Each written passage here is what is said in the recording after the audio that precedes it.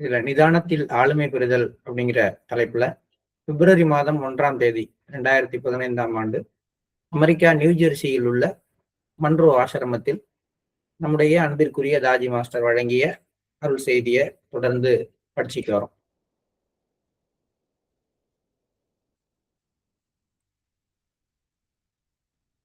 முதல் நாள் நிதானம் அப்படிங்கிற விஷயத்தை பத்தி நம்ம பார்த்தோம். எல்லாம் இருக்கு நம்ம கிட்ட. நிதானம் அப்படிங்கிறது இல்லை. ஒரு தியானத்துக்குள்ளார போறதோ தியானத்துல இருந்து வெளியில வர்றதோ இதுலயும் ஒரு நிதானம் இல்லாமல் இருக்கும். அது ஒரு ரீசன் அப்படின்னு. நிதானம் இருந்தால் நம்ம நல்லா இன்னும் கொஞ்சம் ஆழ்ந்து போகலாங்கிறது ஒண்ணு பேசணும். நேற்றைக்கு பேசும்பொழுது அந்த நிதானம் எதை கொண்டு வருகிறது? விழிப்புணர்வை கொண்டு வருகிறது. விழிப்புணர்வுங்கிறது நம்ம கிட்ட எண்ணம், செயல், பேச்சு, இந்த 3 விஷயத்திலையும் நாம விழிப்போட இருக்கிறோமா அப்படிங்கிற விஷயத்த கவனிப்போம். இதுல விழிப்புணர்வு அதிகமாகும் பொழுது நம்ம இன்னும் ஆழமாக நம்ம தியானத்துக்குள்ளார போக முடியும் அப்படிங்கிறத பத்தி பேசணும். அதனுடைய தொடர்ச்சியை இப்ப பேச போறோம். இந்த விழிப்புணர்விற்கு வழிவகுப்பது யார்? நான் என்ற எண்ணம் முற்றிலுமாக இல்லாமல் போன பின்பு, அல்லது நான் முற்றிலுமாக இல்லாமல் போன பின்பு நான் போய்விட்டதாக என்னிடம் சொல்வது யார்? யார் இதற்கு சாட்சி? அதுதான் உண்மையான சுயம். மக்கள் உண்மையில் இந்த சுயம் என்பது என்னவென்று எனக்கு தெரியவில்லை என்று கூறுகிறார்கள். ஆனால் நான் என் விழிப்புணர்வை முற்றிலுமாக இழந்துவிட்ட போதும் என்னிடம் நீ இல்லாமல் போய்விட்டாய் என்று சொல்வதற்கு யாரோ ஒருவர் இருக்கிறார். வெளியிலிருந்து யாரும் என்னிடம் பேசவில்லை. இது உள்ளிருந்து வருகிறது. அதுதான் உண்மையான சுயம். விழிப்புணர்வு அப்படிங்கிறது தியானத்தை பொறுத்தவரை நம்மை நாமே இழந்து ஆழ்ந்த நிலைமைக்கு போகும்பொழுது கூட நம்முடைய உண்மையான சுயம் வெளிப்பட்டு நம்மிடம் பேசுறத நம்ம கேட்கிற அளவுக்கு ஆழமாக இருக்க வேண்டும். பல வருடங்கள் அல்லது சில மாதங்கள் அல்லது சில நாட்கள் தியானம் செய்கின்ற நம்மில் பலருக்கு இந்த அனுபவம் ஏற்கனவே ஏற்பட்டிருக்கும். எனவே சகஜ மார்க்கத்தின் தத்துவம் மற்றும் அதன் நம்பகத்தன்மை அல்லது அதன் செயல்திறனுக்கு மேலும் ஆதாரம் தேடிக்கொண்டிருக்க வேண்டியது இல்லை. நாம் இதை அடைந்து விட்டால் இந்த விழிப்புணர்வை விரிவடைய செய்ய வேண்டும். தியானத்தின் போது மட்டுமே இந்த விழிப்புணர்வு இருப்பதில் எந்த பயனும் இல்லை. தியானம் ஒரு பயிற்சி மட்டுமே. நாம் உடற்பயிற்சி செய்ய உடற்பயிற்சி கூடம் செல்வது போல தியானம் செய்வது ஒரு மனம் சார்ந்த பயிற்சி. இதை நாம் மனப்பயிற்சி கூடம் என்று அழைக்கலாம். ஆனால் தியானம் செய்த பின்பு நாம் தியானத்தின் போது அடைந்த விழிப்புணர்வு நீட்டிக்கப்பட வேண்டும். தியான நிலை, நான் தியானம் என்று சொல்லவில்லை, தியான நிலை அது நீட்டிக்கப்பட வேண்டும். ஆனால் அந்த தியான நிலை நமது வாழ்வின் மற்ற செயல்களிலும் வெளிப்பட வேண்டும். நான் சமையல் செய்யும் போதும், வாகனம் இயக்கும் போதும், உண்ணும் போதும், வேலை செய்யும் பொழுதும், ஓவியம் வரையும் போதும், பாடும் போதும், இசையை கேட்கும் போதும் அனைத்தும் இந்த தியான நிலையின் விழிப்புணர்வுடன் செய்யப்பட வேண்டும். நேத்திக்கு நம்ம பேசும் பொழுது என்ன நம்ம செய்யறோம் அப்படிங்கிற அந்த ஒரு கான்சியஸோட செய்யறத பத்தி பேசணும். நான் என்ன பேசுறேன், என்னுடைய விழிப்புணர்வு எப்படி இருக்கு, ஒரு உணர்விலிருந்து இன்னொரு உணர்விற்கு மாறுவது, ஒரு எண்ணத்திலிருந்து இன்னொரு எண்ணத்துக்கு ஷிஃப்ட் ஆகிறது, அல்லது ஒரு செயலில் இருந்து இன்னொரு செயலுக்கு ஷிஃப்ட் ஆகும் பொழுது அது பத்திய முழுமையான விழிப்புணர்வோட நம்ம அந்த ஷிஃப்டிங்க்கு போறோமா? நான் இங்கிருந்து இதை போயிட்டு இருக்கேன், திரும்பி இதை நோக்கி போயிட்டு இருக்கேன், இது எனக்குள்ளார இந்த எண்ணங்களையும் இந்த உணர்வுகளையும் உருவாக்கிக்கிட்டு இருக்குங்கிற அளவுக்கு விழிப்புணர்வோட போறோமான்னு நேற்று பேசணும். அதனுடைய உச்சபட்சம் நான் தியானம் பண்ணும் பொழுது நான் அப்படியே கம்ப்ளீட்டா என்னுடைய இந்த உலக வாழ்க்கை அப்படிங்கிற இந்த ஒரு உணர்வுல இருந்து ஷிஃப்ட் ஆகி இன்னொரு பிளேனுக்கு போறேன். அப்ப என்னுடைய சுயத்தை தவிர எல்லாவற்றையும் நான் இழந்து ஆழ்ந்து மூழ்கும் பொழுது அந்த சுயம் எனக்கு அந்த ஒரு விழிப்புணர்வை கொடுக்குது. நீ ஆழ்ந்து போயிருக்க அப்படிங்கிற ஒரு எண்ணத்தை, நீ முற்றிலுமாக வேற ஒரு பரிமாணத்துல இருக்கங்கிற ஒரு விழிப்புணர்வை கொடுக்குது. இப்ப தியானம் முடிச்சுட்டு வெளியில வந்த உடனே நான் என்ன பண்றேன் அப்படிங்கறதுதான் ராஜி சொல்றாரு. நீங்க வந்து தியானம் பண்றதுங்கிறது சாதாரணமா ஒரு ஜிம்ல போய் எக்ஸசைஸ் பண்ற மாதிரி. பட் அதே மாதிரி இதுவும் வந்து ஒரு 1/2 மணி நேரம் பண்ணிட்டு வந்துட்டா பிரயோஜனம் கிடையாது. அந்த தியானம் பண்றதுங்கிறது ஒரு ப்ராசஸ். அது ஒரு 3/4 மணி நேரமோ 1 மணி நேரமோ நம்ம பண்றோம். ஓகே. அதுவே எல்லாம் கிடையாது. இதை நம்ம அடிக்கடி சொல்லிட்டு இருக்கோம். பயிற்சி என்பது தியானம் கிடையாது. தியானம் என்பது ஆரம்ப காலகட்டத்துல ஒரு பயிற்சி, அவ்வளவுதான். அதுக்கப்புறம் அது ஒரு ஆட்டோமேட்டிசம். நம்ம மூச்சு விடுற மாதிரி, நம்ம உடம்புல இருக்கக்கூடிய உள்ளுறுப்புகள் தானாக இயங்குற மாதிரி, அது தானாக நடக்கிற ஒரு விஷயமாக ஒரு ஒரு குறிப்பிட்ட நேரத்துல உட்கார்ந்த உடனே அது நடக்கிற விஷயமாக இருந்தது. ஆனா என்னன்னா, அந்த தியான நிலை அப்படிங்கிற ஒன்று இருக்கு இல்லையா? தியானம் முடிந்த பிறகு நான் என்னையே இழந்து உள்ள போன பிறகு என்னுடைய சுயம் என்கிட்ட சொல்லுது இல்லையா? அதுதான் உண்மையான தியான நிலை.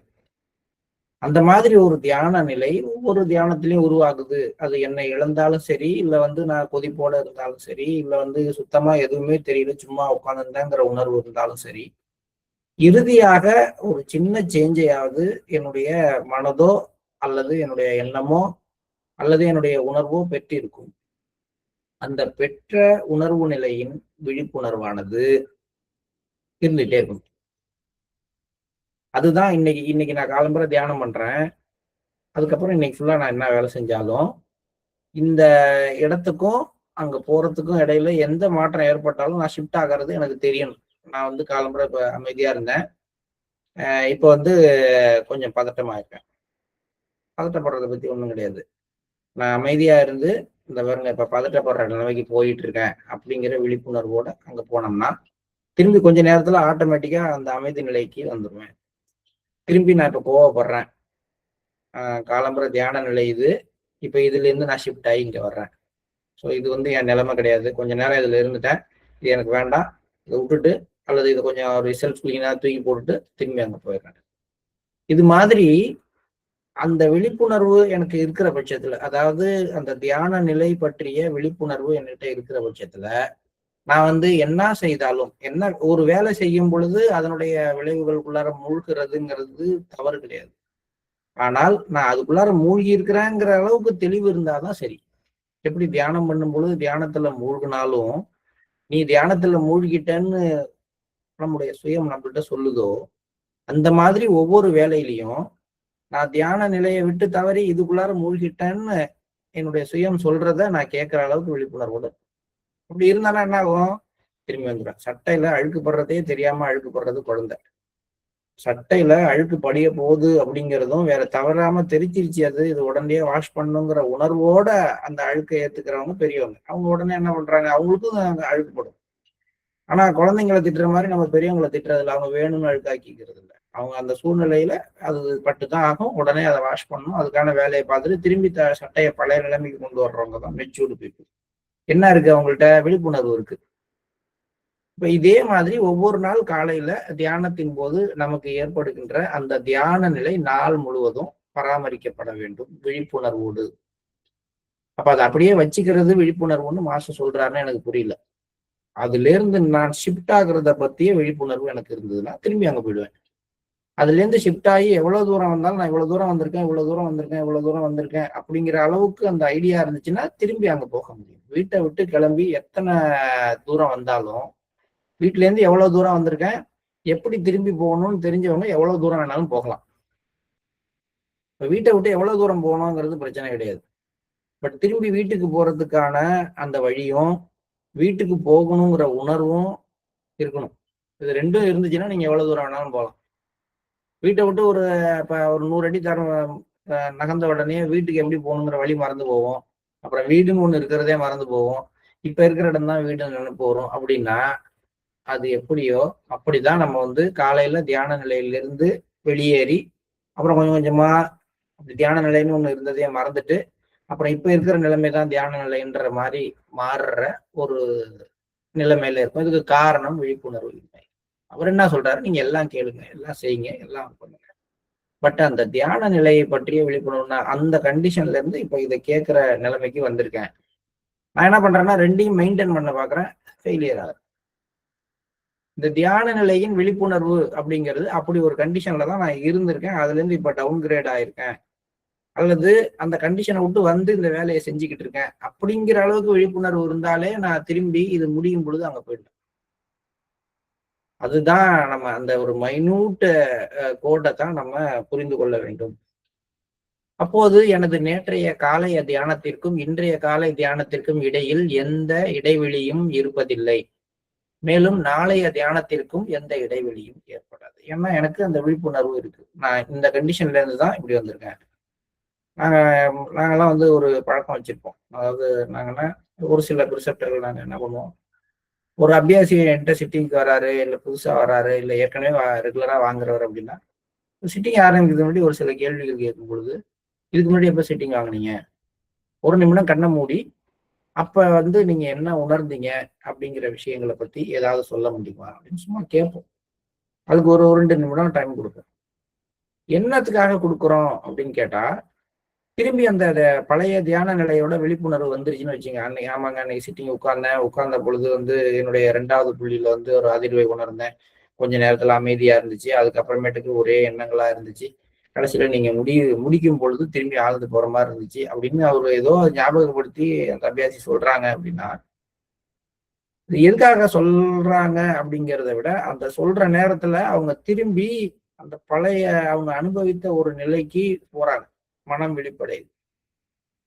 இது எனக்கு என்ன ஆகுதுன்னா, அங்கிருந்து நான் திரும்பி என்னுடைய வேலையை தொடங்குறதுக்கு உதவி செய்யுது. அப்ப இடைவெளி இருக்கான்னா, அந்த சிட்டிங்க்கும் இந்த சிட்டிங்க்கும் இடைவெளி இல்லாம போயிடுது. ஏன்னா, இப்ப அந்த சிட்டிங்கை பத்தி அவர் கான்சியஸுக்கு வந்து அங்க நடந்ததெல்லாம் அவர் யோசனை பண்ணும் பொழுதே எகைன் அந்த கண்டிஷன் வரைக்கும் வந்துருவாரு. அப்ப நான் இங்க சிட்டிங் ஆரம்பிக்கும் பொழுது இப்ப இந்த ஒரு வாரம் இடைவெளிங்கிறது அதுல ஒண்ணும் கிடையாது. அதுல இருந்து தான் நான் ஆரம்பிக்கிறேன்னு அர்த்தமா. இப்ப இதே நினைச்சு பாருங்க. இன்னைக்கு காலையில நம்ம தியானத்துல உட்கார்றோம். நேற்று காலை தியானத்துல நான் என்ன உணர்ந்தேன்னு டைரியில எழுதியிருந்து அதை ஒரு தடவை படிச்சு பார்த்துட்டு, ஓஹோ இப்படி இருந்தது அப்படின்னு ரீகால் பண்ணிட்டு அதை பத்தி கொஞ்ச நேரம் சிந்திச்சுட்டு நான் அங்க இருந்து இன்னைய காலை தியானத்தை ஆரம்பிக்கிறேன்னு வச்சுக்கோமே. அப்ப நேற்றைய தியானத்துக்கும் இன்னைய தியானத்துக்கும் நடுப்புற இடம் கிடையாது. No space. கண்டினியூ ஆகுது அந்த தியானம். அங்கேருந்து அவ்வளவு தூரம் வந்தாங்க, அங்க வச்சிருந்தாங்க, இப்ப போய் பார்த்துட்டு திரும்பி அங்கேருந்து எழுத ஆரம்பிக்கிறேன். ஸோ இப்போ இந்த டைம்ங்கிற விஷயம் அங்க இல்லாம போயிடுது. அதனுடைய பாதிப்புகள் இல்லாம போயிடுது. ஸோ இந்த மாதிரியான ஒரு ஐடியா நம்ம என்னைக்காவது செஞ்சு பார்த்துருக்கோமா? அதாவது வந்து ஒரு ஒரு தியானம் பண்றோம் இன்னைக்கு. இப்ப இன்னைக்கு காலம்பரை தியானம் பண்றோம். இப்ப தியானம் பண்றதுக்கு உட்கார்றதுக்கு முன்னாடி நம்ம டைரியை எடுத்து நேற்றுக்கு என்ன தியானம் பண்றப்ப எழுதணும்னு சும்மா படிச்சு பாக்குறது. அப்புறம் நேற்றுக்கு உட்கார்ந்தோம், கண்ணை மூடணும், எப்படி இருந்துச்சு, எத்தனை மணிக்கு முடிச்சோம், சும்மா பிசிக்கலா நினைச்சு பாக்குறது. அப்ப என்ன ஃபீலிங் இருந்துச்சு நமக்கு, தியானம் முடிஞ்சோன்னா எப்படி ஃப்ரெஷ்ஷா இருந்தோமா, எப்படி இருந்தோமா, எண்ணத்தை ஓட்டுறோம். அப்ப வந்து ஏதோ ஒரு இடத்துல அதோட ஒரு கனெக்ட் ஆகுற மாதிரி ஃபீல் வரும்பொழுது அங்க நிறுத்திக்கிட்டோம். தென் அங்க மாஸ்டரோட பிரசன்ஸை உணர்றோம். மாஸ்டரோட பிரசன்ஸை நேத்திக்கு தியானத்துல எப்போ உணர்ந்தோமோ அந்த இடத்துக்கு வர்றோம், அதை உணர்ந்து கொள்கிறோம். அங்கிருந்து நம்ம பிரேயரை சப்மிட் பண்றோம். அங்கிருந்து நான் என்னுடைய மெடிடேஷன் ஆரம்பிக்கிறேன் அப்படின்னு ஒரு 2 நாளைக்கு எப்படி முதல் நாள் விஷயத்த மனதில் போட்டுக்கொண்டு அங்கிருந்து தியானத்தை ஆரம்பிக்கும் பொழுது அது ஒரே தியானமாக இடைவெளியற்ற தியானமாக இருக்குதான்னு நம்ம டெஸ்ட் பண்ணலாம். இது ஒரு பிராக்டிஸ் தானே. இந்த மாதிரி நம்ம விழிப்புணர்வுக்கு ஒரு பிராக்டிஸ் சொல்றோம், நிதானமா இருக்கிறத ஒரு நாள் பயிற்சி பண்றோங்கிற மாதிரி இன்னைக்கு தியானத்துல நம்ம இதை கூட பயிற்சி பண்ணி பார்க்கலாம். இப்படி பயிற்சி பண்ணா என்ன இருக்கும், ஒரு சீரான தொடர்ச்சி இருக்கும். அதையே நாம் விரும்புகிறோம். தொடர்ச்சி இருக்க வேண்டும். தொடர்ச்சி எவ்வளவு முக்கியமானது என்பதை நாம் முன்பு பேசினோம். உள்ளே வெளியே என்று நாம் வெளியே வந்து போகக்கூடாது. கருத்தரிக்கப்பட்ட முட்டை தாயின் கருப்பையிலிருந்து வெளியே குதிப்பதும் மீண்டும் உள்ளே செல்வதுமாக இருப்பதாக கற்பனை செய்யுங்கள். கருத்தரிக்கப்பட்டால் அது அங்கேயே இருக்க வேண்டும். அப்படி இருப்பதுதான் அதன் இயல்பு. ஆனால் இங்கு நாம் தேர்ந்தெடுக்க இடம் இருக்கிறது. இந்த தேர்ந்தெடுத்தல் தான் நமக்கான பிரச்சனை. இது சாரிஜியும் அடிக்கடி சொல்லுவார். ஹியூமன் பீயிங்ஸோட ஒரே பிரச்சனை அவங்களுக்கு சாய்ஸ் இருக்கிறது தான்.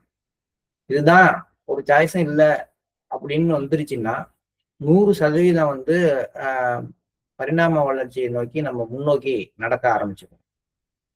அதுக்கு அந்த தேர்ந்தெடுத்தல் இருக்கும் பொழுது அந்த பிரச்சனைகள் இருக்கிறது. நான் என் மனதை தெய்வீகத்தன்மையில் நிலைநிறுத்தலாம் அல்லது வழியில் தன்படும் ஏதோ ஒரு லாபகரமான கவர்ச்சிகரமான ஒன்றில் ஈடுபடுத்தவும் விரும்பலாம். அதை என்னால் தேர்ந்தெடுக்க முடியும். இப்படித்தான் நான் தடம் புரள்கிறேன். ஆகவே எனது விழிப்புணர்வு தெய்வீக தன்மையில் நிலை பெற்றுவிட்டால் அது விரிவடைந்து நம் வாழ்வின் பிற செயல்கள் அனைத்திலும் தொடர வேண்டும். ஒரு 2-3 விஷயம் இதுல ஷேர் பண்ண வேண்டியதுதான் இருக்கு. அது என்னன்னா, தொடர்ச்சி இருக்க வேண்டும். இந்த தொடர்ச்சினா கண்டினியூட்டி. ஸோ கனெக்டிவிட்டி, கண்டினியூட்டி அப்படின்னு ஒரு 2 விஷயங்கள் நம்ம சரியாக புரிந்து கொள்ள வேண்டும். எப்பயுமே ஒரு தொடர்ச்சி அப்படிங்கிறது நம்மளுடைய முன் ஆயத்தத்தினால உருவாக்கப்பட்டு விட்டால் கனெக்டிவிட்டி தன்னால வந்துடும். அல்லது ஒரு முறை நான் வந்து கனெக்டிவிட்டிக்கு முயற்சி பண்ணேன்னா அதுல இருந்து வந்து அடுத்தடுத்த விஷயங்களோட நான் தொடர்ந்து பயணிக்க முடியும். இதுல நிறைய ஒரு சிக்கலான பிரச்சனை என்ன அப்படின்னு கேட்டா, நாம வந்து நம்முடைய மனநிலையில இந்த தொடர்ச்சியை அதிகம் விரும்புவோம். அதனால கனெக்ஷனை வந்து அதிகமா ஒரு ஃபெயிலியர் ஆயிடும் கனெக்ஷன். இது எப்படி சொன்னா உங்களுக்கு புரியலாம் அப்படின்னா, என்னுடைய தொழிலிருந்து நான் சொல்றேனே, நான் ஒரு ஆசிரியர். நான் என் பையன்களுக்கு கணக்கு நடத்துறேன் இன்னைக்கு. இப்ப இன்னைக்கு நான் ஒரு 2-3 கணக்கு நடத்திருக்கேன். அந்த நோட்ல அந்த கணக்கு போட்டுருக்கேன். இன்னைக்கு ஒரு பையன் வரல.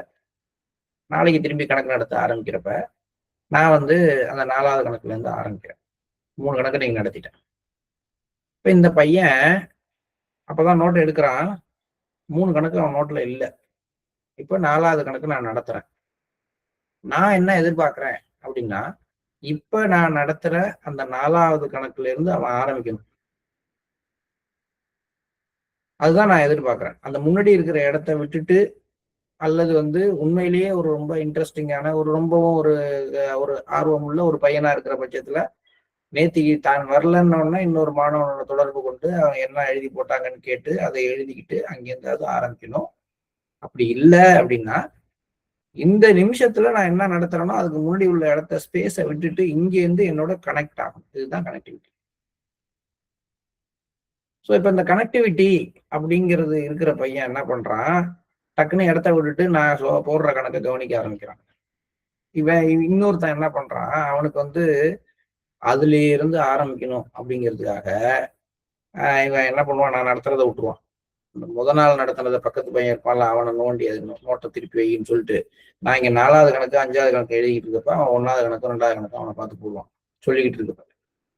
நான் இந்த பக்கம் 3 கணக்கு முடிக்கிறப்பதான் அவன் அந்த 3 கணக்கை முடிச்சுட்டு அடுத்த கணக்கு வருவான். எகைன் அவன் என்ன கவனிக்க மாட்டான், அந்த பையனோட நோட்டை பார்த்தா காப்பி. இதை நீங்க பார்த்திருக்கீங்களான்னு தெரியல, இல்ல நீங்க சின்ன பிள்ளைல செஞ்சிருக்கீங்களான்னு தெரியல. இது வந்து நமக்குள்ளார படிஞ்சு போன ஒரு பழக்கமாக இருக்குது. இது எல்லாத்துலயும் இருக்கு. 1008 தடவை மந்திரம் சொன்னாதான் கடவுள் வருவாருன்னா திடீர்னு இப்ப வந்து நடுப்புற வந்துடுறாரு அப்படின்னா நம்ம நிறுத்த மாட்டோம். 1008 தடவை சொல்லி முடிச்சுதான் நிறுத்தணும். அது வரைக்கும் அவர் வெயிட் பண்ணணும். இங்கெல்லாம் என்ன அப்படின்னு கேட்டா, நம்ம தொடர்ச்சிங்கிறத ஒரு தவறான கண்ணோட்டத்துல பாக்குறோம். இப்ப இந்த சூழ்நிலையோட நான் இயைந்து செல்ல வேண்டும். இதுதான் வந்து உண்மையான தொடர்ச்சி. இந்த கனெக்டிவிட்டி தான் உண்மையான தொடர்ச்சியை ஒழிய செயல்பாடு என்பது உண்மையான தொடர்ச்சி கிடையாது. அப்ப அதை வந்து நம்ம எப்படி ஃபில் பண்ணலாம், வெறும் நினைவு கூறுதல் மூலமாக அல்லது இன்னொரு விஷயத்தின் மூலமாக அதை கொண்டு வந்துட்டு இன்னைய தியானத்துல இருந்து நான் தொடர வேண்டும். அது மாதிரி 2 நாள் தியானம் பண்ண விட்டுட்டோம்னா அதையே நினைச்சு டிஸ்கண்டினியூ ஆக வேண்டிய அவசியம். From today onwards I start it again. ஏன்னா இந்த 2 நாள் தியானம் பண்ண விட்டதும் ஒரு தியான நிலை தான், அந்த கண்டிஷனும் ஒரு தியான நிலை. நான் எங்கேயோ ஒரு இடத்துல தொடர்ச்சியை விட்டுட்டதா நினைக்கிறது தான் எனக்கு பிரச்சனை. ஸோ இது ஒண்ணு. சீரான தொடர்ச்சி இருக்கணும்னா நம்ம ஒரு தியானத்துல உட்கார்றதுக்கு முன்கூட்டியே நம்ம முந்தைய தியான நிலை அல்லது முன்னாடி வாங்கின சிட்டிங் அல்லது முன்னாடி உட்கார்ந்த ஒரு சத்சங்கத்தினுடைய நிலைமையை மீண்டும் வந்து உள்ளுக்குள்ளார கொண்டு வந்துட்டு அங்கேருந்து ஆரம்பிக்கிறது ஒரு நல்ல விஷயம். அப்ப அந்த தொடர்ச்சி இருக்கும். அந்த மாதிரி தொடர்ச்சிகள் என்ன பண்ணுது, விழிப்புணர்வை உருவாக்குது. விழிப்புணர்வு என்ன பண்ணுது, இதை வந்து சீரான தொடர்ச்சியாக மாற்றுகிறது. நான் எகைன் அந்த பையனோட எக்ஸாம்பிளுக்கு போறப்ப அவனுக்கு உண்மையிலேயே ரியல் அவேர்னஸ் இருந்துச்சு அப்படின்னா அவன் என்ன பண்ணிருப்பான், தான் வரல ஆனா அன்னைக்கு சார் ஏதாவது நடத்திருப்பாரு, அதை நம்ம இன்னொரு பையன்கிட்ட கேட்டோ இல்ல அவர்கிட்டயே போய் கேட்டோ முதல்லயே அந்த பாடம் இன்னைக்கு பாடம் நடத்துறதுக்கு முன்னாடி தெரிஞ்சுக்கிட்டு ரெடி ஆயிடணும். இதுதான் வந்து அவேர்னஸ் உள்ள பையனுடைய செயல்பாடா இருக்கும். ஸோ யாருக்கு இந்த சுயம் வந்து விழிப்படைகிறது, யாரெல்லாம் வந்து விழிப்புணர்வோட இருக்கிறோமோ அவங்கள பொறுத்த வரைக்கும் அந்த கேப்ப, அதாவது எந்த கேப்ப, தியான நிலையிலிருந்து தவறி வெளியில வந்ததுனால உருவான கேப்ப ஆட்டோமேட்டிக்கா திரும்பி அந்த தியான நிலையை நினைச்சு நினைச்சு அங்க கொண்டு போய் செட் பண்ணிடுறாங்க. ஸோ அப்ப அந்த மாதிரி இருக்கிறவங்க இப்ப ப்ளீஸ் ஸ்டார்ட் அப்படின்னா நேற்று எங்க விட்டாங்களோ அங்க இருந்து ஆரம்பிக்கிற ஒரு தன்மைக்கு போறாங்க. ஸோ இதுதான் அந்த சீரான தொடர்ச்சிங்கிற விஷயம். அந்த ரெண்டாவது விஷயம் என்ன, உள்ளே வெளியே அப்படிங்கிறது என்ன, அப்படி அதை எதை பத்தி சொல்றாரு, கொஞ்ச நேரம் இங்க இருக்கிறது, அப்புறம் என்டையரா இதை பத்திய கான்சியஸ் இல்லாம வெளியில போய் அங்க இருக்கிறது, திரும்பி கொஞ்ச நேரம் இங்க வந்து இருக்கிறது, திரும்பி சுத்தமா இதை பத்திய கான்சியஸை விட்டுட்டு அங்க போறது, அங்க போறப்ப அதை பத்திய கான்சியஸ், இப்படி இப்படி உள்ளேயும் வெளியேயும் போகும் பொழுது மாஸ்டர் வந்து கருத்தரித்த ஒரு குழந்தை அப்படிங்கிறத சொல்றாரு. இன்னும் கொஞ்சம் கீழான உதாரணமா நான் சொல்லணும்னா, வெந்துகிட்டு இருக்கிற ஒரு பருப்போ அரிசியையோ ஒரு நிமிஷம் இங்க போடுறது, தண்ணிக்குள்ளார போட்டு கொதிக்கிற தண்ணிக்குள்ளார போடுறது, அப்புறம் 2 நிமிஷம் எடுத்து இப்படி வச்சுக்கிறது, அப்புறம் திரும்பி உள்ள போடுறது, அப்புறம் திரும்பி எடுத்து வெளில வைக்கிறது, திரும்பி எடுத்து உள்ள போடுறது. அது வந்து என்ன சொல்லுவாங்கன்னா, அது வேகாது மரத்து போயிடும் அப்படின்னு சொல்லுவாங்க. அது ஒரு கட்ட மாதிரி ஆயிடும். ஒரு ஆஃப் பாயில்டு திரும்பி கூலிங் பண்ணி எகைன் பாயில் பண்ணி திரும்பி கூலிங் பண்ணி எகைன் பாயில் பண்ணா அது வந்து தன்னுடைய தன்மை மாற்றம் ஆகிற தன்மையவே இழந்து போயிடும். நாம அது மாதிரிதான் இருக்கோம். கொஞ்ச நேரம் இதுக்குள்ளார டிப் ஆகுறது, கொஞ்ச நேரம் வெளியில போய் அதுல டிப் ஆகுறது, இப்படி இப்படி இப்படி அந்த இரும்பு அடிச்சு ஷார்ப் ஆக்குறதுக்காக சுட வைப்பாங்க, அப்புறம் எடுத்து அடிச்சுட்டு தண்ணியில சொல்லுவாங்க, திரும்பி எடுத்து சுட வைப்பாங்க. அது மாதிரி செய்யற மாதிரிதான் நம்மளுடைய நிலைமை இருக்கிறது. அதுதான் மாஸ்டர் ரொம்ப உன்னதமா சொல்றாரு. ஒரு ஒரு தாயினுடைய கருப்பைக்குள்ளார போற ஒரு முட்டையானது அது என்ன ஆகணும், தொடர்ச்சியா அங்க இருந்து செல் டிவிஷனுக்கு உட்பட்டு வளரணும். ஆனா உள்ள போயிட்டு திரும்பி வெளியில வந்துட்டு திரும்பி உள்ள போயிட்டு இருந்துச்சுன்னா அதுக்கு அங்க வளர்ச்சிங்கிறதுக்கான வாய்ப்புகள் இல்லை. ஒரு காலகட்டத்துல அது திரும்பி உள்ள போக மறந்துடும். அப்ப என்ன ஆகும் அப்படிங்கிறத நம்ம பார்க்கிறோம். அதனால இயல்பு என்னவென்றால், ஒரு முறை அந்த உணர்வு ஏற்படுத்தப்பட்டால் அது அங்கேயே இருக்கணும். அப்பதான் சீரான தொடர்ச்சி இருக்கும். ஆனா இங்க என்ன பிரச்சனைன்னா, செலக்ஷனுக்கான வாய்ப்பை எனக்கு வந்து இயற்கை கொடுத்திருக்கிறது. இந்த செலக்ஷனுக்கான வாய்ப்பு என்ன பண்ணுது, என்னை அந்த கருப்பையிலிருந்து வெளியில வர்றதா அங்கேயே இருக்கிறதாங்கிறத முடிவு பண்ற தன்மையை கொடுக்குது. ஒருவேளை இது எனக்கு இப்போ வந்து ஒரு மாஸ்டருங்கிறவர் வந்து ஒரு சர்வாதிகாரியா இருந்தாருன்னு வச்சுக்கீங்களேன், நமக்கு பிரச்சனையே கிடையாது. என்ன அடிச்சாலும் உதைச்சாலும் வேற வழி கிடையாது, அவர் சொன்னதை கேட்டே ஆகணும் அப்படிங்கிற சூழ்நிலைக்கு நம்ம வந்துட்டோம்னா இயற்கையில் சர்வாதிகார தன்மை கிடையாது. இயற்கையை பொறுத்த வரைக்கும் அது என்ன பண்ணுது, அது பொறுமையாக நீனே செலக்ட் பண்ணி நீனே வா, நீனே என்னை செலக்ட் பண்ற வரைக்கும் நான் வெயிட் பண்றேன் அப்படிங்குது. ஸோ அந்த மாதிரி ஒரு வெயிட்டிங் தான் வந்து நமக்கு ஒரு பிரச்சனையா போயிடுது. ஏன்னா அதுதான் வெயிட் பண்ணிட்டு இருக்க, அதை அப்புறம் பார்த்துக்கோன்னுட்டு யார் வெயிட் பண்ணலையோ, எதை நம்ம விட்டுருவோம்னு நினைக்கிறோமோ அதை நோக்கி நம்ம போயிடுறோம். ஸோ ஆக்சுவலி நமக்காக காத்திருப்பவங்களுக்கு நம்ம முக்கியத்துவம் கொடுக்கறது இல்லை. அது மாதிரி தேர்ந்தெடுக்கும் பொழுது நாம செய்யற இந்த தவறு எப்படிலாம் பண்ணுதுன்றா 2 வார்த்தை அழகா போடுறாரு. ஒண்ணு லாபகரமான, இன்னொன்னு கவர்ச்சிகரமான 2 வார்த்தையை போடுறாரு. இதுதான் நம்முடைய தேர்ந்தெடுக்கும் திறனை கவுக்கிற 2 விஷயம். அது என்ன, லாபகரமான அல்லது கவர்ச்சிகரமான. அதாவது நம்மளுடைய தியான நிலையை கெடுக்கிற விஷயங்களை மாஸ்டர் 2 வார்த்தையில முடிச்சிடுறாரு. எதெல்லாம் என்ன வெளியில இழுக்குது அப்படின்னா, கவர்ச்சிகரமான விஷயங்கள், அட்ராக்டிவ். என்னுடைய இந்த பண்டைய பதிவுகள் அல்லது வந்து சம்ஸ்காரிக் பேட்டர்ன்ல நான் வந்து எதுக்குள்ளார எனக்குள்ளார டீப்பா ஊறி இருக்கோ அது என்னை கவர்கிறது. அது ஒரு பெண்ணாக இருக்கலாம், அல்லது ஒரு அழகான காராக இருக்கலாம், அல்லது வந்து ஒரு நல்ல இசையாக இருக்கலாம், அல்லது கிரிக்கெட் மேட்சாக இருக்கலாம். இதெல்லாம் வந்து என்னை அட்ராக்ட் பண்ணுது வெளியில இருந்து. ஸோ கவர்ச்சிகரமான ஒன்று. இன்னும் கொஞ்சம் வளர்ந்த அபியாசிங்களுக்கு இதெல்லாம் தாண்டி வந்து அந்த இந்த ஹீலிங் பவர்ஸ் அல்லது வந்து ஏதோ ஒண்ணு ஒரு விஷயத்து மேல ஒரு ஈடுபாடு, அது சைடு எஃபெக்டா வரும். தியானம் பண்றப்ப இவங்களுக்கு வந்து சில விஷயங்கள் ஒருத்தரை பார்த்தோம்னா சொல்ல தோணும். அது சரியா நடக்க ஆரம்பிச்சோன்னா உடனே ஒரு ப்ரிடிக்ஷனுக்குள்ளார போயிடுவாரு. அதாவது சில பேருக்கு வந்து அவங்க வந்து அனலைஸ் பண்ணி ஏதோ அந்த பொலாரிட்டி மாதிரி இல்ல குவாண்டம் ஹீலிங் மாதிரி எதையாவது கத்துக்கிட்டு செய்ய ஆரம்பிச்சு அது சில பேருக்கு சரியான உடனே டோட்டலா அவரு தன்னுடைய அந்த கருப்பையை விட்டு வெளியில வந்து யாருக்கு என்ன செய்யலான்னு அதுல இறங்குவார். ஸோ இதுதான் கவர்ச்சிகரமானங்கிற வார்த்தை. அப்ப நம்மளை வந்து ட்ராப் பண்றதுக்கு வந்து உலகியல் ரீதியான விஷயங்கள் மட்டும் இல்ல, உலகியல் ரீதியா தாண்டிய விஷயங்கள்ல ட்ராப் ஆனவங்களும் இருக்கிறாங்க.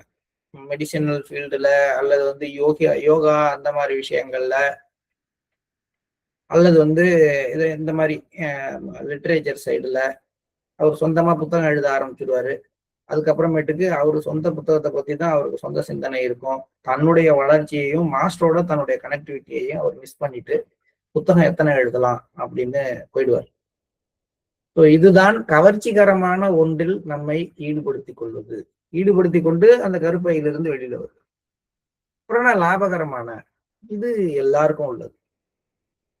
அந்த லாபகரமான அப்படிங்கிற விஷயம் மானிட்டரி பேஸா இருக்கலாம், அல்லது மற்றவங்களுக்கு கிடைக்காத ஒண்ணு எனக்கு கிடைக்கிறதா இருக்கலாம். அதனால அது நோக்கி நான் போறது. இப்ப எனக்கு ஒரு பதவி கொடுக்கப்படுது மிஷன்ல, அல்லது இதை விட இன்னொரு வேலை கிடைச்சது, இந்த நேரத்துல ஒரு வேலை செய்தால் வந்து எனக்கு கொஞ்சம் பணம் வருது அப்படின்னோடனே என்னை அதில் ஈடுபடுத்திக் கொள்வது.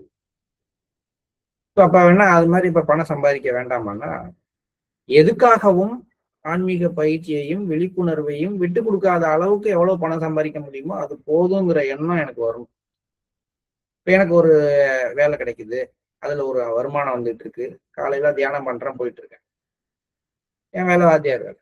இப்போ ஒரு பணக்காரர் வர்றாரு, தன்னுடைய பையனுக்கு வந்து காலையில ஒரு 1 மணி நேரம் நீங்க வந்து டியூஷன் எடுங்க, நான் உங்களுக்கு மாசம் ஒரு 20,000 ரூபாய் பணம் தர்றேன் அப்படின்னு சொல்றாருன்னு வச்சுக்கோங்க. 20 நாள் எடுங்க. இப்ப எனக்கு இது தேவையான்னு நான் யோசனை பண்ணுவேன். என்னால முடியும் அப்படின்னா காலையில நான் தியானத்தை முடிச்சுட்டு முன்கூட்டியே முடிச்சுட்டு அதுக்கப்புறம் போய் அந்த டியூஷனை எடுத்துட்டு அதுக்கப்புறம் ஸ்கூலுக்கு போற அளவுக்கு எனக்கு வந்து டைம் இருந்தா நான் அதை செலக்ட் பண்ணுவேன். தியானத்தை ஒரு வேற நேரத்துல போட்டுக்குவோம், அந்த நேரத்துல இதை பண்ணுவோம், ஒரு 20,000 ரூபாய் வர்றதை ஏன் விடுவானே, மாஸ்டருக்கு டொனேஷன் ஆகும், இப்படிலாம் நான் மைண்ட்ல கற்பனை பண்ணிக்கிட்டு நான் லாபகரமான ஒரு விஷயத்தை நோக்கி போக ஆரம்பிக்கிறேன்.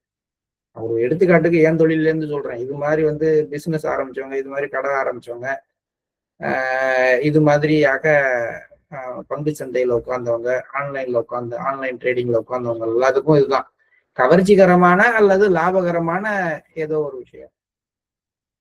இல்லைன்னா ஒரு சொத்துக்காக போராட்டத்துல இறங்குறவங்க, இவங்களும் ஒரு லாபகரமான ஒரு விஷயம் தானே. இப்ப எனக்கு கிடைக்க வேண்டிய ஒரு சொத்துக்காக நான் வந்து கடுமையாக போராட ஆரம்பிக்கிறேன் அப்படின்னா அது உரிமைன்னு என் மனசு சொல்லும். ஆக்சுவலி உரிமை கிடையாது, இது லாபகரமான ஒன்றை நோக்கி என் மனது போகிறது. ஏன்னா எனக்கு ஏதோ ஒண்ணு வேணும், அதுக்காக என்னுடைய தியான நிலையை விட்டுட்டு என்னுடைய என்னுடைய அந்த உள் கண்டிஷன், இன்னர் கண்டிஷனை ஸ்பாயில் பண்ணிக்கிட்டு நான் வந்து சொத்து தகராறுல இறங்கி கோர்ட்டு கேஸுன்னு அலைகிறேன். அதெல்லாம் வேண்டாமா அப்படின்னா, நீங்க வந்து அந்த நிலையை விட்டுட்டு போற மாதிரி இருந்தால் அது வேண்டாம்னு சொல்ற அளவுக்கு நம்முடைய தேர்ந்தெடுக்கும் திறன் இருக்கும். இல்லப்பா, இப்ப இதோட இதை கம்பேர் பண்ணும் பொழுது இது என்ன ஸ்பாயில் பண்ணும் அப்படின்னு தோணுனதுன்னா என்னுடைய தேர்ந்தெடுக்கும் திறன் எப்படி இருக்கணும்?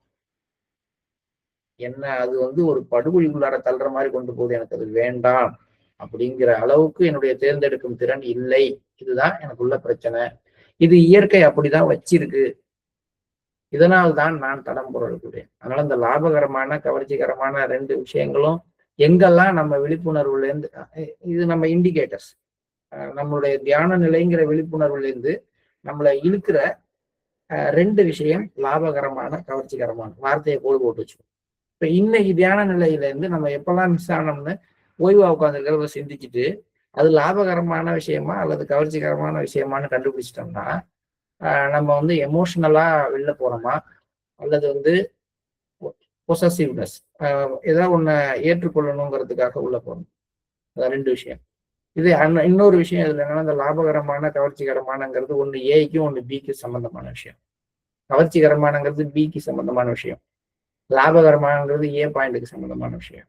சார் ஏஐக்கு லாபத்துக்கான லாபம் அப்படிங்கிறது என்ன அப்படின்னு கேட்டா எனக்கு சேர்த்துக்கிறது பொசஸிங் சம்திங். இந்த பொசிஷன்ஸ் எல்லாமே வந்து பாயிண்ட் ஏயோட கனெக்ட் ஆகும்.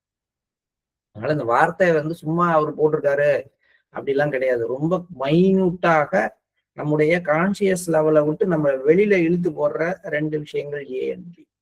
அதனாலதான் ஏ அண்ட் பிக்கு இம்பார்ட்டன்ஸ் கொடுக்காதவங்களுடைய அந்த ஸ்பிரிச்சுவல் ப்ராக்ரஸுக்கு நாங்க வந்து உறுதி சொல்ல முடியாது. ஏன்னா கருப்பையில இருக்கிற கருத்தரித்த முட்டையானது வெளியில வர்றதுக்கும் உள்ள போறதுக்கும் காரணமா இருக்கிறது AMP. If it is not done, அப்ப என்ன ஆகும்? அது வெளியில வந்துடும், திரும்பி உள்ள போகாது. அப்ப அதனுடைய வளர்ச்சிக்கான சாத்தியக்கூறுகள் காணாமல் போகும். எவ்வளவு பெரிய விஷயங்கள் எல்லாம் அவங்களுடைய சின்ன சின்ன வார்த்தைகளுக்குள்ளார அடங்கி இருக்கு அப்படிங்கிறதான் நம்ம கவனிக்கணும். அதனால மாஸ்டர்களுடைய வார்த்தைகளை ஏதோ ஒன்றாக கடந்து போகிற ஒரு தவறை நம்ம தவறுன்னு சொல்ல முடியாது. ஏதோ ஒன்றா கடந்து போயிடாம இன்னும் கொஞ்சம் சிந்திச்சோம்னா அதனுடைய ஆழமான அர்த்தம் வேற மாதிரி இருக்கும். ஆகவே எனது விழிப்புணர்வு தெய்வீக தன்மையின் நிலை பெற்றுவிட்டால் அது விரிவடைந்து நம் வாழ்வின் பிற செயல்கள் அனைத்திலும் தொடர வேண்டும். இதுதான் ரொம்ப ரொம்ப முக்கியமான விஷயம். ஏன்னா இந்த விழிப்புணர்வுக்காக, இந்த தெய்வீகத்தன்மையில் நிலை பெறுவதற்காக நம்ம செய்கிற போராட்டம், இந்த 9வது புள்ளியை நெருங்குற வரைக்கும் நம்ம இதுக்கு போராடி நிலைநிறுத்துறோம் அப்படின்னா, இந்த 9வது புள்ளியில நம்முடைய ஆன்மா வந்து இன்னொரு ஸ்பிரிச்சுவல் என்டிட்டியை உருவாக்குற அந்த நாள் வர்ற அன்னைக்கு, நம்முடைய இன்னொரு பகுதி வந்து ஒளி உலகத்தில் பிறக்கின்ற அந்த நாள் வர்ற அன்னைக்கு இந்த பயிற்சி முழுக்க முழுக்க அதுக்கு பயன்படும். அது வரைக்கும் பண்றதெல்லாம் அதுக்கான பயிற்சி, கருப்பையை வலுவூட்டுற மாதிரியான பயிற்சி. அப்ப ஒரு ஸ்பிரிச்சுவல் என்டிட்டி அப்படின்னு ஒண்ணு நமக்கு நம்முடைய இன்னொரு பகுதி ஒளி உலகில் மாஸ்டரால கொண்டு வந்து சேர்க்கப்படணும்னா, அவர் தன்னுடைய ஒரு இதய கோலத்துல கருப்பையில நம்மளை தூக்கி சுமக்கிற அந்த நாள்ல நம்ம கொஞ்ச நேரம் அங்க இருந்துட்டு கொஞ்ச நேரம் வெளியில வந்துட்டு கொஞ்ச நேரம் உள்ள வந்தா அந்த தாயால எப்படி அந்த கருவை சுமந்து ஒளி உலகத்தில் பிரசவிக்க முடியும்? அது நடக்கிற நாள், அது நடக்கிறதுக்கான உண்மையான அந்த எவல்யூஷன் ப்ராசஸ்ல நம்ம அந்த 9வது புள்ளிக்கு போற அந்த நேரத்துல அன்னைக்கு இதை பயிற்சி பண்ண முடியாது. ஸோ லாபகரமான கவர்ச்சிகரமான விஷயங்களை தவிர்த்து என்னுடைய நோக்கம் எதுவோ அதுக்கு தேவையான விஷயத்தை தேர்ந்தெடுக்கிற அளவுக்கு நான் வந்து வில் பவரோடையும் விழிப்புணர்வோடையும் இருக்கிற பட்சத்துலதான் மாஸ்டர் நினைக்கிற ஒரு விஷயத்த அவரால் செய்ய முடியும். இதுதான் வந்து இன்னைக்கு நம்ம உள்ளார மாஸ்டர் சொல்ற ஒரு முக்கியமான ஒரு செய்தியாக நம்ம எடுத்துக்கணும். ஸோ இந்த விழிப்புணர்வு இருக்கும் பொழுது நான் உள்முக அவசரத்தால் ஏதோ ஒன்றை செய்கிறேன், ஆனால் தியானத்தின் காரணமாக எனது விழிப்புணர்வில் நிதானம் நிறைந்து இங்கு ஒரு முரண்பாடு எழுகிறது. இந்த முரண்பாட்டின் காரணமாக குழப்பம் ஏற்படுகிறது. இது என்ன நடக்குது? ஸோ இப்ப இந்த அவேர்னஸ் வந்த பிறகு அடுத்த கட்டம் என்னங்கிறது தான் மாஸ்டர் பேசுறேன். இப்போ 3 நாள் பேசின விஷயங்களை திரும்பி ஞாபகப்படுத்திக்கணும். முதல் நாள்ல நிதானம் ஏன் ரொம்ப முக்கியம் அப்படிங்கிற விஷயத்தையும் ஒன்னையும் மிக நிதானமாக ஒவ்வொரு செயலையும் மிகுந்த நிதானத்தோடு செயல்பட்டு பயிற்சி எடுக்கணும். 2வது நாள் எண்ணம் சொல் செயல்ல எப்பெல்லாம் ஷிஃப்டிங் கிரியேட் ஆகுதுங்கிறத மட்டும் வாட்ச் பண்ணுங்க. அதை ஒன்றும் மாத்திக்கலாம் வேணாம். எப்பெல்லாம் ஷிஃப்ட் ஆகுறேன் அப்படிங்கறத ஜஸ்ட் வாட்ச் பண்ணிட்டு இருக்கோம். இது ஒரு பயிற்சி நம்ம எடுக்க பார்த்தோம்.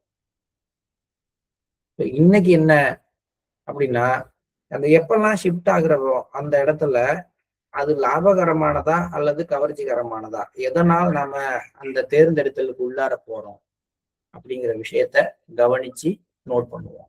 அப்ப இதெல்லாம் எழுதுனா நம்ம டைரியில எவ்வளவு இடம் தேவைப்படும்? ஆனா நம்ம தியானம் பண்றதுல நடுப்புற ஒரு நிமிடத்தை பத்தி மட்டும் எழுதிட்டு இதுதான் என்னோட விழிப்புணர்வு. ஆனா என்னுடைய நிதானம் இன்னைக்கு எப்படி இருந்துச்சு, என்னுடைய விழிப்புணர்வு எப்படி இருந்துச்சு, என்னுடைய விழிப்புணர்வோடு நான் கவனித்த போது நான் எப்பெல்லாம் தியான நிலையிலிருந்து வேறு நிலைக்கு ஈர்க்கப்பட்டேன், அந்த ஈர்ப்புக்கு காரணம் அது வந்து எனக்கு பெனிஃபிஷியரியா இருந்துச்சா, ஒரு பெனிஃபிஷியல் அப்படிங்கிற கண்ணோட்டத்துல, ப்ராஃபிட்டபிள் அப்படிங்கிற கண்ணோட்டத்துல பார்த்தனா, அல்லது என்னை அட்ராக்ட் பண்ணி வெளியில இழுத்து போட்டுச்சா அப்படிங்கிறத எல்லாத்தையும் நான் நோட் பண்ணி குறிக்க பார்க்கணும். இப்படி செய்தால் எனக்குள்ளார ஒரு விழிப்புணர்வு இருக்கும். அப்ப அந்த மாதிரி ஒரு விழிப்புணர்வு வரும்பொழுது நெக்ஸ்ட் ஸ்டேஜ் வந்து ஒரு கன்ஃபியூஷன் கிரியேட் ஆகுங்கிறார். அது எப்படி கிரியேட் ஆகுது, அது எதனால அந்த கன்ஃபியூஷனை நம்ம சரி பண்ண முடியுங்கிறதெல்லாம் நம்ம திங்கட்கிழமை அன்னைக்கு மீண்டும் டிஸ்கஸ் பண்ணுவோம். இப்போ நம்ம காலை நேர தியானத்திற்கு